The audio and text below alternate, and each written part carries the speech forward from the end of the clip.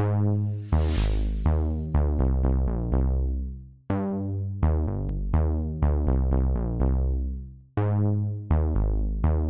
m'appelle Jean-Paul Jacquet, je suis professeur émérite à l'Université de Strasbourg et directeur général honoraire au Conseil de l'Union européenne.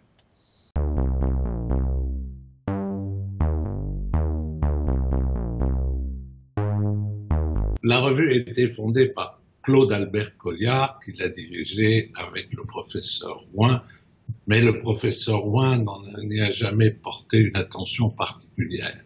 Donc, lorsqu'on m'a demandé de prendre la relève de Claude Albert Colliard, j'étais quasiment seul. Roger Ouin ne s'y intéressait pas beaucoup.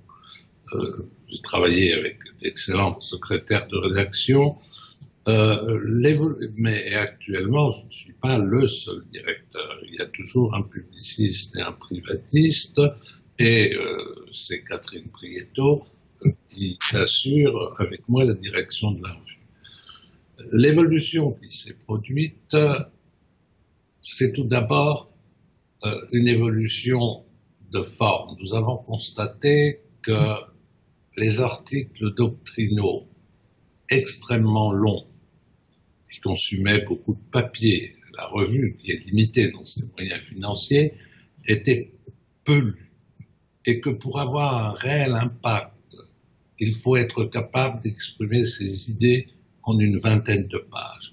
Au-delà d'une vingtaine de pages, vous êtes lu seulement par 3 personnes qui font des thèses sur le sujet, les autres abandonnent.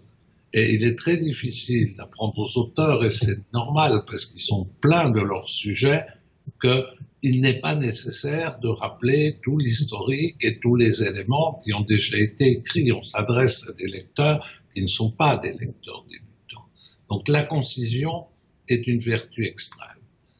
La concision se joint à la qualité. C'est pourquoi nous avons décidé, il y a quelques années, de soumettre tous les articles à un comité de lecture qui est composé par un certain nombre de collègues.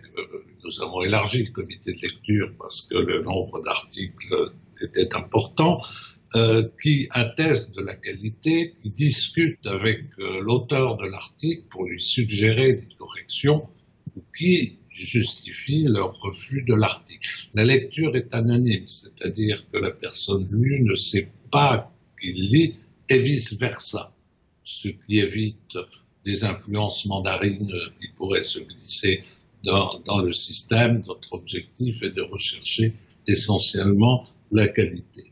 Enfin, un des développements importants est le développement des chroniques.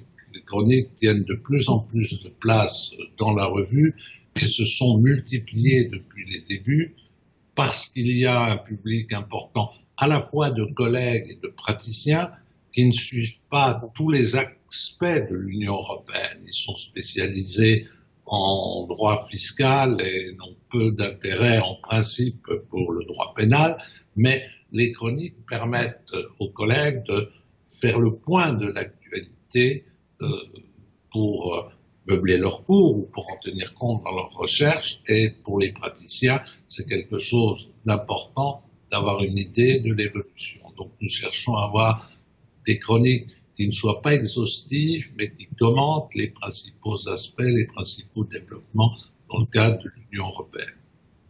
Ça fait que la revue connaît un succès constant, c'est-à-dire que le nombre de lecteurs est aussi important que celui de la revue, le nombre d'abonnés que la revue de trimestriel de droit civil, ce qui, compte tenu du réservoir de communautaristes en France, semble relativement satisfaisant.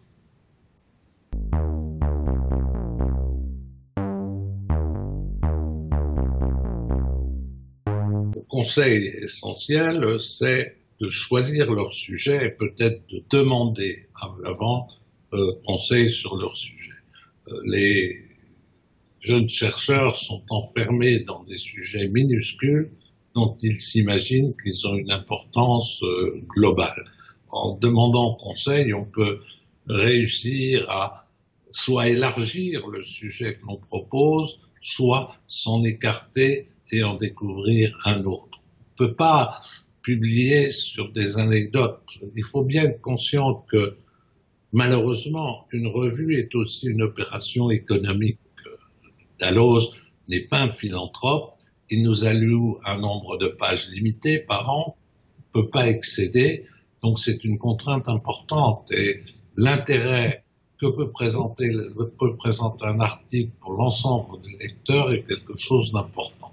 Donc inutile de refaire un article sur des questions qui ont déjà été traitées et qui n'ont pas connu d'évolution. S'il y a des réflexions de doctrine globale, ça peut être aussi un point intéressant. Finalement, on a beaucoup de spécialistes descriptifs d'une matière, mais on a peu d'auteurs qui sont capables de présenter une réflexion sur une thématique générale qui permet de rassembler certains éléments.